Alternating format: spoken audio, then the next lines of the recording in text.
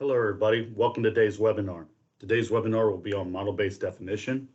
I'll be your host, Bryan Fischer. I'm a senior NX application engineer with Prolim out of Cincinnati office. If you have not done so already, please go and like and share our YouTube channel. You can get a lot of information within that YouTube channel, including our past webinars.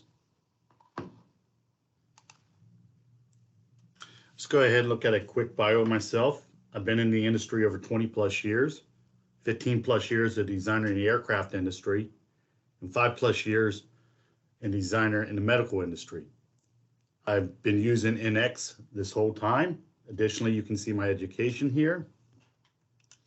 If we move on, we can go and start looking at what the agenda will be during this webinar. As you can see here, we'll look at what is model-based definition, MBD. We'll look at NX product manufacturing information, PMI. We'll do some validation, search and reporting. We'll do some PMI automation, and then we'll look into PMI authoring. So what is model-based definition? To look at model-based definition, let's first look at product and manufacturing information. Within NX, we're able to go and put non-geometric data and apply this to a 3D model. We can put dimensions, tolerances, GD&T, datums, and such. Now, model-based definition is taking that information a little bit farther and putting charts, materials, and such to it. If we look at model-based enterprise, this is actually where we're taking this information and we're using it downstream. So you may use it in NXCMM, NXCAM, maybe even in VisMockup, which allows you to go in and actually use VisMockup VSA, which you can go and take the tolerances and do stack ups. So there's a lot of things you can do with the model-based definition and the PMI. This is the whole tier of it here. For today, though, we're mostly going to be focusing on the product and manufacturing information, PMI. So for today's presentation, we're going to be using NX 2206. That is the latest release that was released in June of 2022. We'll be looking at the NX product manufacturing information, PMI. We'll start off by doing some dimensions. We'll do a basic dimension, some hole call out, put some tolerance to it. We'll then get into some annotation. We'll do a feature control frame, put some datums on it. And then we'll look at a couple little things for supplementary geometry, such as center lines and section views. Now we're back in NX. Let me go ahead and first show that I am using the latest and greatest. If I go help here and about, you can see I'm in 2306, which came out in June of 2023. And the first thing I do want to show here is that we now have a new tab over here on the left-hand side, just for model-based definition. So we'll be going in and utilizing this throughout the webinar here. And you'll see here, it is still done inside the standard views, but you don't go up here into your part navigator and go to your model views here. You actually have this new tab right here that allows you to go in and easily see the tree that you're creating when you're going in and creating these PMI. Okay, so we're going to be using the toolbar over here, like I just said, and we're going to start dimensioning this out like we would in drafting. However, we'll be doing this in a model view, so we'll be in 3D. So up here in my PMI tab, you'll notice that I have my dimensions here, which if you worked in NX drafting, you should be familiar with a lot of these commands. We then have our annotation for control, feature control frame, datum feature symbol, and so on. We have some tables that we can insert, some supplementary geometry, such as we can go in and actually add a section view to this. We can do some region, we can do center marks, we can do bolt circles and such. And then if we look here, we'll have our technical data that we'll be adding later on and some rules. And we have a query and advisory here. I'm going to go ahead and start dimensioning this. The first thing I'm going to do is hit my rapid. When I come in here and do my rapid dimensions, I'm going to come in and select my two faces. I want to select my faces because these are the important if you're using this downstream. So here, as you can see, very similar to NX drafting. The only difference here really is I can pick a different plane if I want to have it on a different plane. Additionally, I'll come in here and I'm going to add some tolerance to it. I'm going to go and also add a how it's placed. Now, if you want any of this to be standard, just like in drafting, you'll go into your customer preferences, defaults, and your preferences, and you may create a template file. But for today, I'm going to go ahead and utilize what I have here, and I'll show how you can inherit that from one dimension also to another. So I'm going to go ahead and place my dimension. You may notice that that dimension does not have trailing zeros. That's part of the preferences that you could add. So if I came in here and I went to my settings, I'm going to add the trailing zeros on my part here, and now I have my first dimension. If I rotate this, you'll see that this is a dimension that is in the 3D environment. My next thing I want to do is I want to add some feature control frames. So I'm going to add some GD&T to this. Now this has changed from the last version. So from 2007 to now, the version has changed a little bit. You will no longer have your annotation in here to go and put your true position, flatness, parallelism, and such. What you'll need to do first is you'll go into your leaders here, and you'll go get a flag, in this case, because I want to flag it to this. And I'm going to go and place my dimension. I mean my GD&T. You'll also notice though, because I put it on that particular dimension, it's selecting two objects. I don't want both objects in this case. I just want the bottom face. So I'm going to go and select that. And I'm going to go ahead and rotate this. Let me go ahead and get that rotated properly. Oops, that's my bad. Sorry about that. Now we have it rotated, and I can see where I'm going to place my GD&T. I'm going to go and place my GD&T in this manner here. And I have not put any of the GD&T yet. All I did is placed where I want my GD&T.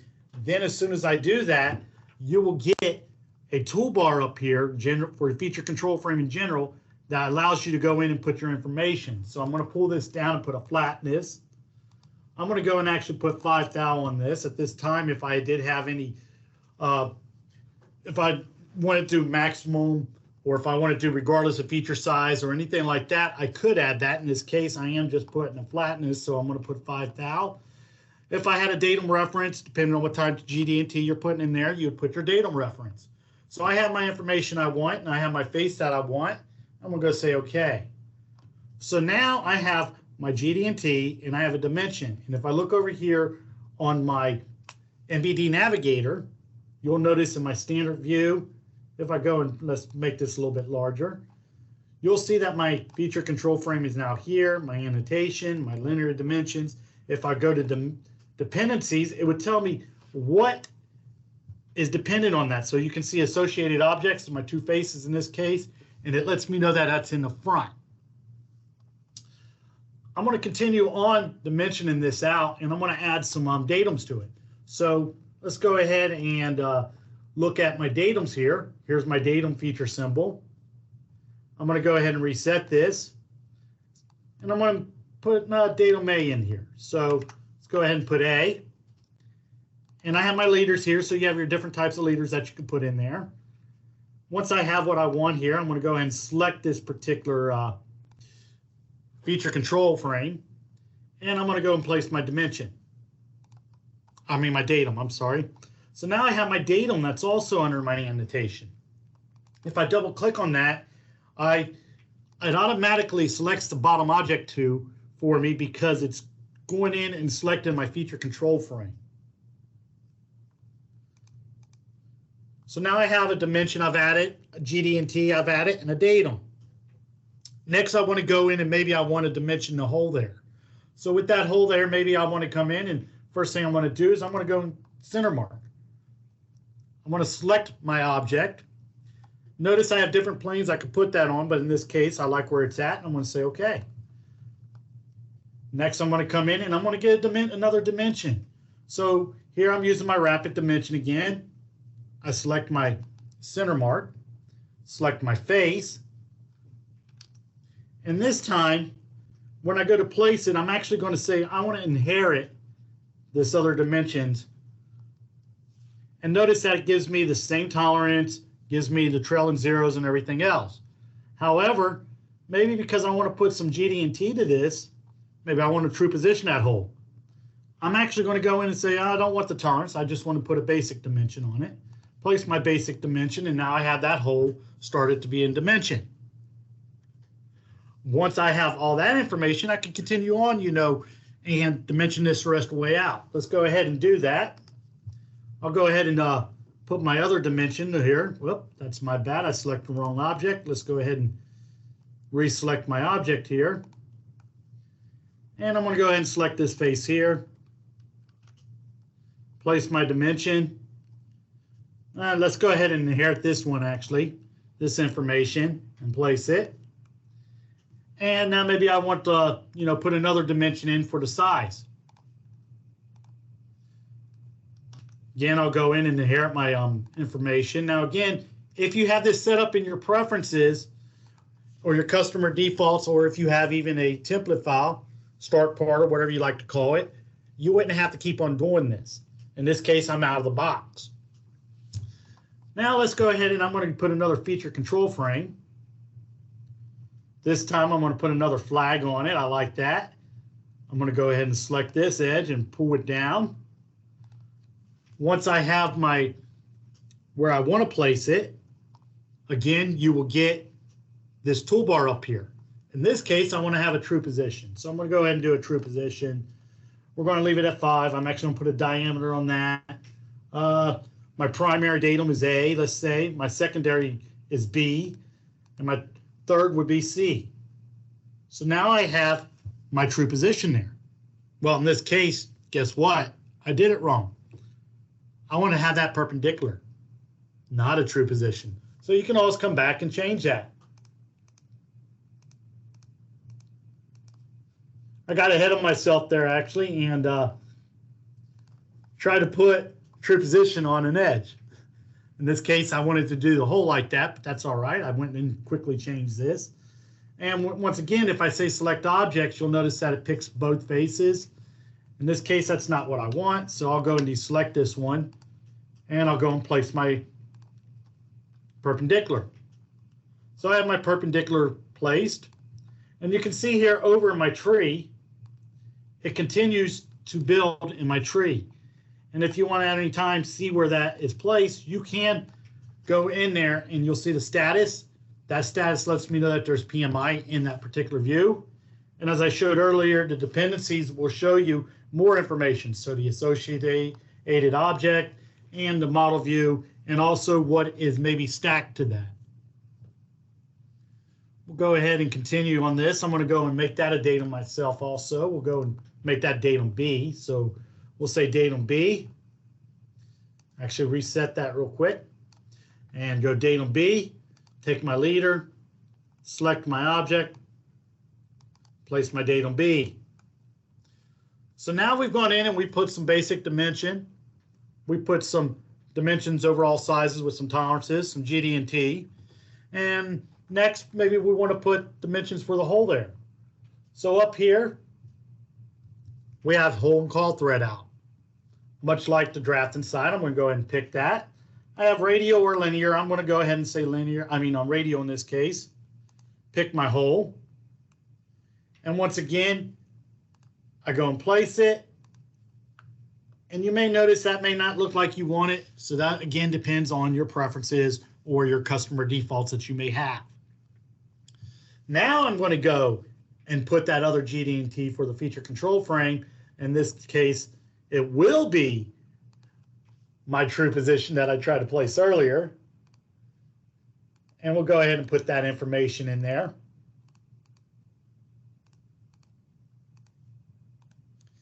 And you can quickly see if I select on that, I can always come back and quickly double click on it and change that information, such as what I did earlier.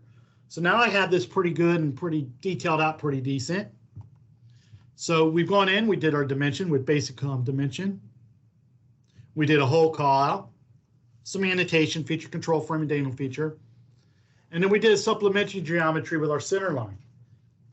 Now what we may want to do next is, if we look at this, we have two holes here and they intersect each other. Maybe we want to have a section view. So if we come in here and say section view, notice this section view is very similar to what you would have if you were in model and if you ever done any section views in there. And here I can pick my different planes and such, display, cut, and plane and everything else, cap settings. I'm going to go ahead and rotate this. and I'm going to get it in the orientation I want because this is going to be saved as a model view. I'm going to go ahead and OK this. And now if we look at our section view here, we got our section view. If I wanted to add cross section to it, we can go in and edit the edit section view here, or we go into the sentence and display the cross hatching. Now, as I said, this is done in model view. So if I go back to my front, you'll notice that inside my front there, you have your dimensions, your GD&T and everything. At any time, if I wanted to move these, I could go and actually say, for example, let's say I want to put this in another view. I have the ability to navigate to the view. I have a display in views, display in all views. So I can move that to any view I want. Now that we talked about what model-based definition is, MBD, and we've also talked about product manufacturing information, PMI, we then went in, as I stated, and we showed how to dimension some basic dimensions. We showed a whole call out. We went in the annotation, did some feature control frame with some GD&T, and then we put some datum features. Additionally, we showed some supplementary geometry with the section view along with the center lines. Moving on, we're going to start looking at search and report. So we're going to look at MBD Query. We're going to look at a text base. So in this instance, you can go in and type in what you're searching for example, in the example I show on the screen here, datum feature, or you can go rule-based. You have certain rules that come out of the box, and then you can recreate a report from this. Once we do that, we'll go in and find some PMI associated to the geometry. This creates a temporary view that shows you what PMI is linked to which geometry. Then we'll go on and we'll use the advise. This is on the next slide here. I'll show you that when we get to it. And then we'll go to the compare, which is on slide 8. So now let's go ahead and jump back in NX and start going through some of these. Now that we're back in NX and I have my model up here, let's go ahead and look at the MBD Query first. MBD Query can be found over here in our resource bar on the left-hand side. The first one we have is text-based. So within text-based, I can put different information. For example, I can say datum feature. If I say datum, you will see now that it brings up the information here and highlights it on the side. Additionally, we can go and create a report. When we go and create a report, we have different information in there. It tells us what face it's associated to and so on. And if we prefer to, we can actually export it out to a spreadsheet. When we go to export this out to a spreadsheet, it will put it in an Excel spreadsheet. Within that Excel spreadsheet, we have information that we can go and look at. Different columns, layers, rules, different things such as that. It gives us a date and label and so on. So this gives you a report that you can go and actually share with individuals. I'm going to go ahead and close this one. Give it a second to close the Excel. And the next one we're going to do is let's look at our rule base. So rule base, we have several different ones that we can look at. Find dimension, find datum, surface finish. These are all out of the box. So I'm going to go ahead and say find dimension. It's going to ask me which ones I want.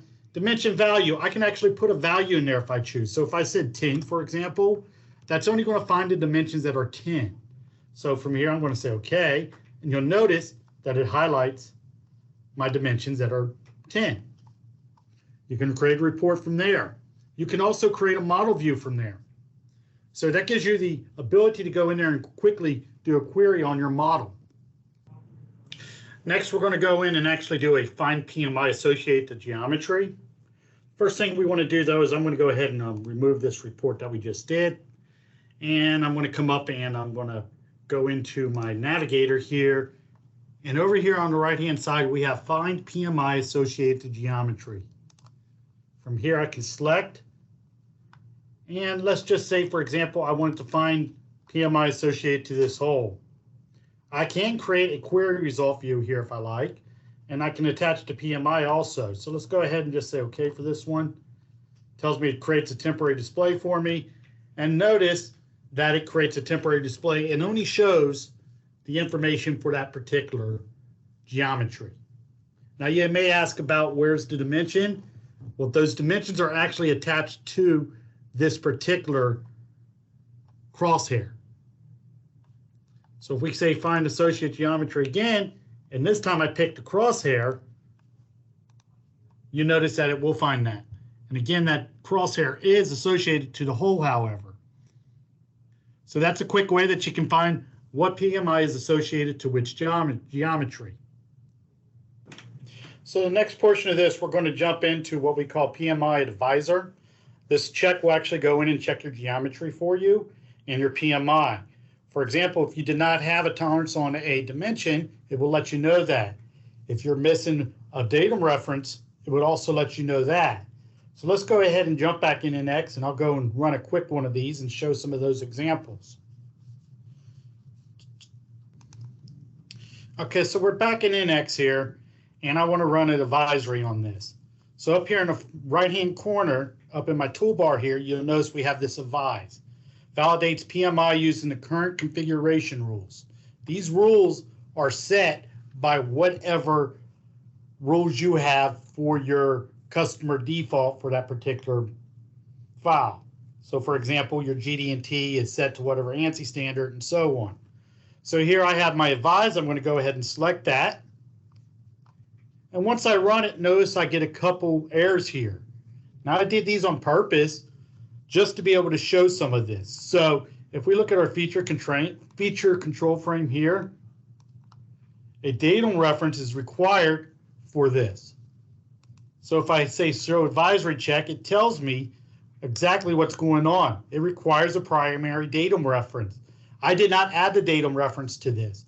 So because of that, it recognizes that that datum reference is not there and I must add it. If I look at my other one and I say a show advisory, it has a couple different ones. Add geometry to this or remove it if it's necessary. Another error it has is there is not a defined one for the third datum. So this will let you know exactly what is wrong with these particular features. Let's go ahead and fix those, and then once we fix those, we will go in and run this again. So let's go first one here. I'm going to double click it pretty quick here, and we're going to say, okay, we want this to be datum A, and apply that. Next one here is, notice there's no geometry to it, so I'm going to go and select this hole. Now, datum C is not there, and I have not put a datum C yet. If I came in and quickly just put a datum C, oh, I'm sorry, I hit the wrong one there. That's a datum that allows you to do your A, B, and C all at once. I meant to hit this datum feature symbol over here, and I'll show an example of that next. But right now, let's go ahead and put this in. And I'm just going to put it on that face. So now I have a datum. Now that's not necessarily the way I would place it, but this is just to show you that it will go through these checks and find these checks for you now. So I'm going to go ahead and advise again, rerun it, and notice I get no results now. That's because it recognizes that I have this set up properly. It may not be pretty like a drawing, but I do have a datum C that's associated to that face now. And I also went in and fixed the other GD&T. Now I talked about just a second ago how I accidentally went and selected that additional one over here that says datums there. This creates your secondary, primary, and third, and you can do that quickly just by going like this. Select datum A. In this case, we had our bottom, datum B, and datum C. It will go in there and actually create them for you in that manner. I do not prefer that manner myself. I like to make it a little bit prettier than that and like to put it in the views. And I think that's partly because I'm an old draftsman and I had worked on the board for a very short time, but have done a lot of traditional drawings. Neither way is wrong. It's just a different manner of getting to it. Now, the next portion of this, we're actually going to go in and do an compare of two different revisions. I'm actually going to go ahead and close this one, and I have two models that I've already have that are going to be used for that, two different revs. There's been some slight changes between them, and we'll go ahead and actually go in there and show that. So within the PMI Compare there, it will actually go through and look at your source part and your comparison part, and then go in and actually label the differences between the two. So here we are back in NX. As you can see, I have a model for Rev 1 and I have a model for Rev 2. And what we're going to do is we're going to act as if we're going in and we're going to look at these two. First thing I want to do is go into my PMI and I want to see what the two different changes are. And I'm going to go to my compare under the tools here. Compare PMI and model views between two different parts or revisions. As soon as I hit that, it's going to have my source part as my part that I currently have open. If I didn't have it open, I could also go and search for it if I needed to. And same with my comparison part. If I look at my comparison part right now, I'm going to go ahead and select my Rev 2. And I'm going to go ahead and say OK here. And now it's going to go through and it's going to tell me the difference between these two models. So you can see over here, when I make this one my work, it lets me know what the difference is. And if I say compare information, it tells me what has changed. So this is a nice tool that you can quickly go in and tell the difference between one rev to the next. It also has information over here that lets you know what the source part, comparison part, what the change is. You can create a report if you like. You can do different layouts for the windows. So additionally, it gives you information at last saved date for each one. So this is a great tool for anybody that may be going in and going back and double checking any different revs. So if you're a checker of any type, or if you just need to go in and make sure that the change has been made. So this PMI Compare is a very nice tool that makes it a lot easier to redline drawings.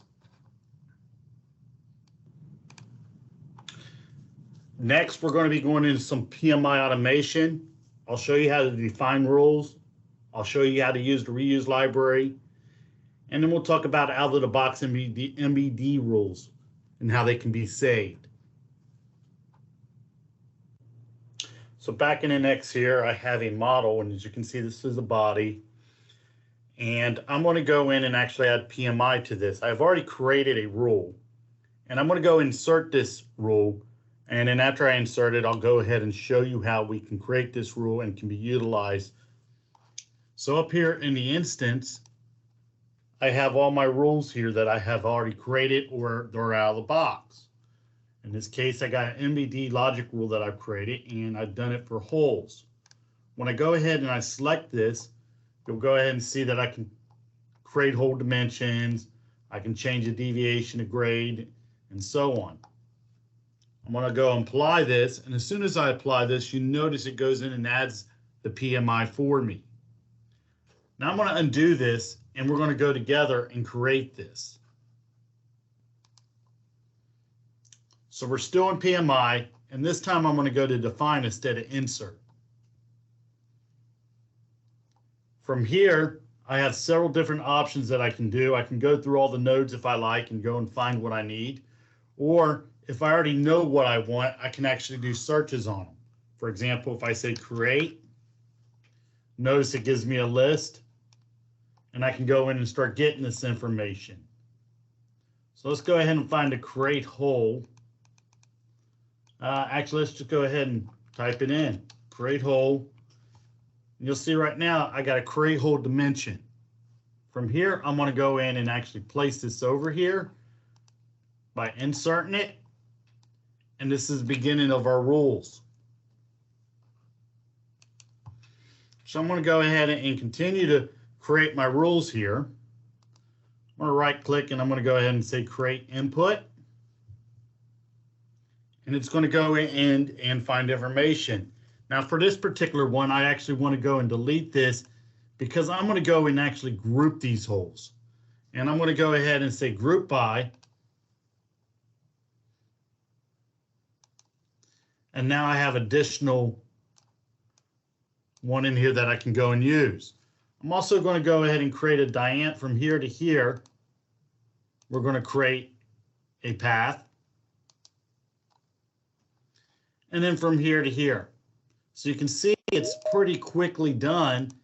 And once you understand this rules and how to utilize it, you can set these rules for your whole company and your designers, draftsmen, or whoever can utilize these to actually go in and quickly create information.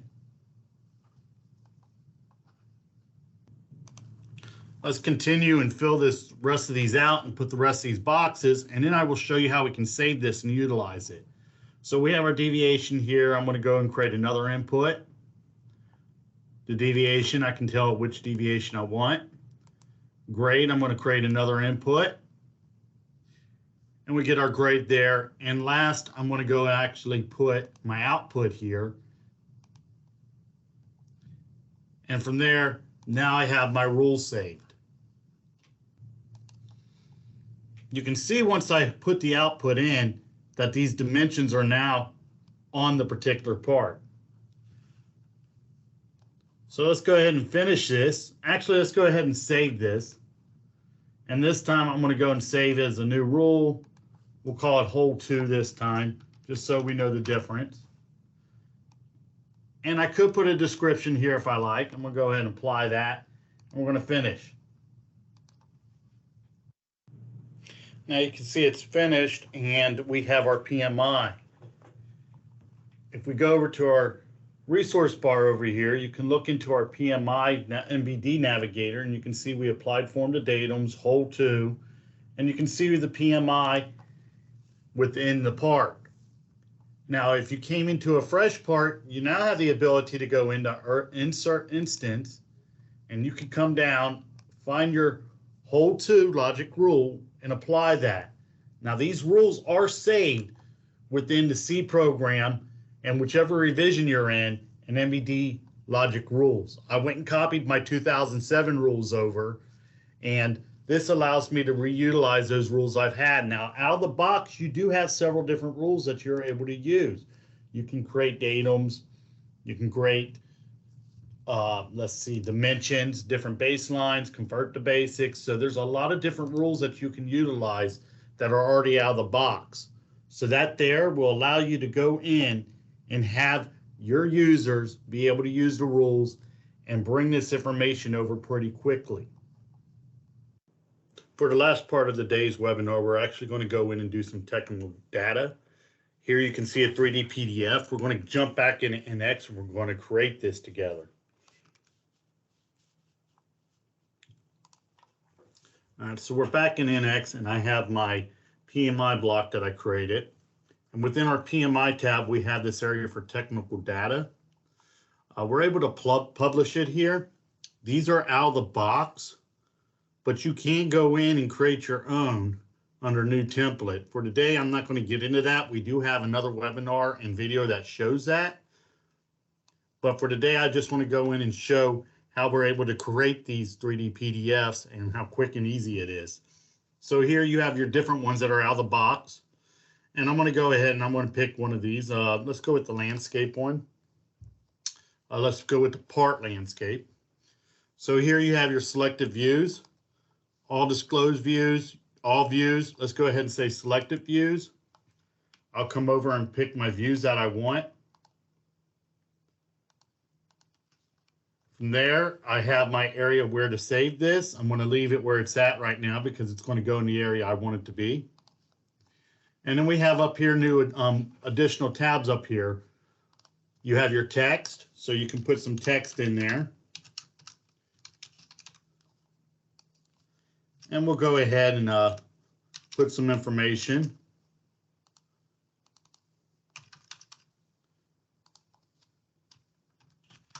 And then we'll go ahead and apply this. Now, I'll go in and open up my PDF, and now you can see we have ourselves a 3D PDF. I can rotate this part. I can switch to different views. I can put comments in here. And now we can send this off to an individual that may not have NX or have a CAD program, and they can go in and utilize this information. So now we went through all these steps. We talked about what is model-based definition. We went in and did some PMI, product manufacturing information.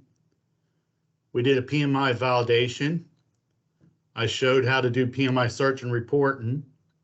We did some automation. And then we went in and did some authoring here with our 3D PDF. So that wraps up today's webinar. And if you have any questions or comments, please, I'll open up the floor now. And you can always email me at bryanfischer@prolim.com.